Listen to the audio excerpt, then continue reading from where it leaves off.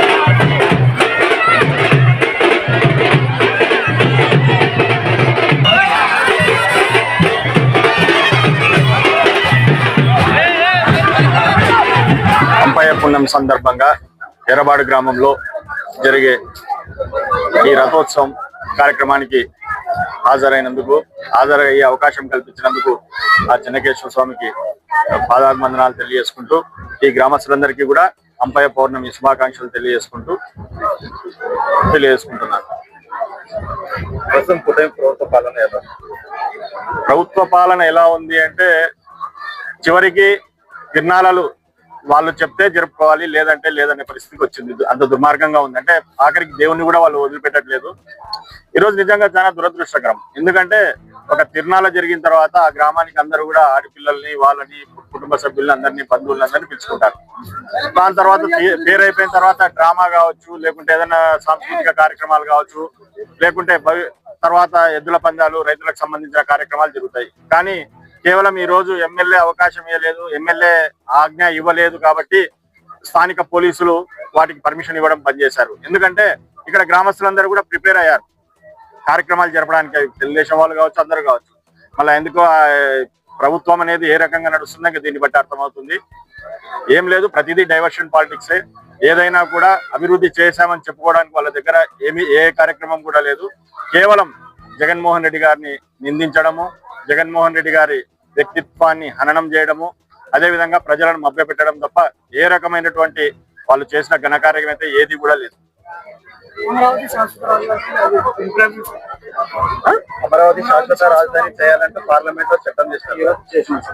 జగన్మోహన్ రెడ్డి గారు నిన్నే చెప్పారు, చట్టం చేయడము ఎంత ఈజీనో చట్ట సవరణ చేయడం కూడా అంతే ఉంటుంది. ఈ రోజు మీ బలం ఉంది, మీరు చేశారు. రేపు పొద్దున నిజంగా కూడా జగన్మోహన్ రెడ్డి గారు చెప్పే దాంట్లో సవరణ చట్టం గురించి పక్కన పెడితే, జగన్మోహన్ రెడ్డి గారు చెప్పిన దాంట్లో ఈ రోజు రాష్ట్ర రాజకీయ ఆర్థిక పరిస్థితి ఎంత ఇబ్బందికరంగా ఉందో ప్రతి ఒక్కరికి తెలుసు. మళ్ళీ అప్పులు చేసి ఉన్న ప్రాంతాన్ని అభివృద్ధి చేసుకుంటే, ఆల్రెడీ డెవలప్ అయిన ప్రాంతాన్ని మనం అభివృద్ధి చేసుకుంటే 10,000 కోట్లు, 20,000 కోట్లు, 25,000 కోట్లతోనే అభివృద్ధి అయ్యేది, ప్రాంతం రాజధానిగా ఉండేది. ఈ రోజు దాదాపు 2 లక్షల కోట్లు మళ్ళీ అప్పులు తెచ్చి, అంటే ఈ రోజు ఏ ఒక్క సంక్షేమ కార్యక్రమం ఇవ్వట్లేదు, ఏ రకమైన అభివృద్ధి లేకుండా మళ్ళీ 2 లక్షల కోట్లు అప్పు చేసి కేవలం వాళ్లకు కావాల్సినటువంటి ప్రాంతాన్ని, ఏదైతే వాళ్ళు అక్కడ భూములు కొనుక్కున్నారో తెలుగుదేశం పార్టీ నాయకులు, ఇన్సైడ్ ట్రేడింగ్ ఎప్పుడైతే జరిగిందో 2014 నుంచి 19 మధ్యన ఏదైతే ఇన్సైడర్ ట్రేడింగ్ జరిగిందో దాన్ని బేస్ చేసుకొని అక్కడ డెవలప్మెంట్ చేసి వాళ్ళ భూములకి డబ్బులు ఎక్కువ ధరలు వచ్చే విధంగా వాళ్ళు ఈ కుట్రలు పని దాని నెపాన్ని జగన్మోహన్ రెడ్డి మీద, అంటే మళ్ళీ రేపు జగన్మోహన్ రెడ్డి గారు వస్తే మళ్ళీ దాన్ని తప్పకుండా మళ్ళీ తీసేస్తారు కాబట్టి మేము ఈరోజు చట్టం చేస్తున్నారని. ఇవన్నీ కూడా ఎవరు భయపడాల్సిన పని లేదు. ఒక ప్రాంతం అభివృద్ధి నిజంగా మీరు 5 ఏళ్లలో అభివృద్ధి చేయండి, అక్కడ పెద్ద పెద్ద స్థానికమైనటువంటి గొప్ప బిల్డింగ్స్ కట్టండి. జగన్మోహన్ రెడ్డి గారు ఎవరు వచ్చినా కూడా నిజంగా కూడా అక్కడ ఏదో ఒక విధంగా దాన్ని వాడుకోవాల్సిన పరిస్థితి వస్తుంది. మీరు ప్రతిదానికి జగన్మోహన్ రెడ్డిని పూచిగా చూపించి మీరు దోచుకునేది మాత్రం దాపెట్టి మరుగున పెట్టి ఈ రోజు ప్రజల్ని మభ్యపెట్టడం అనేది నిజంగా దుర్మార్గమైన విషయము.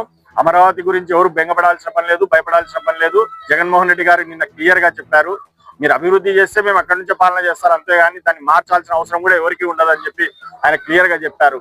నిన్న విఘ్నులైన ప్రజలు అది అర్థం చేసుకుంటారని మేము అనుకుంటున్నాం.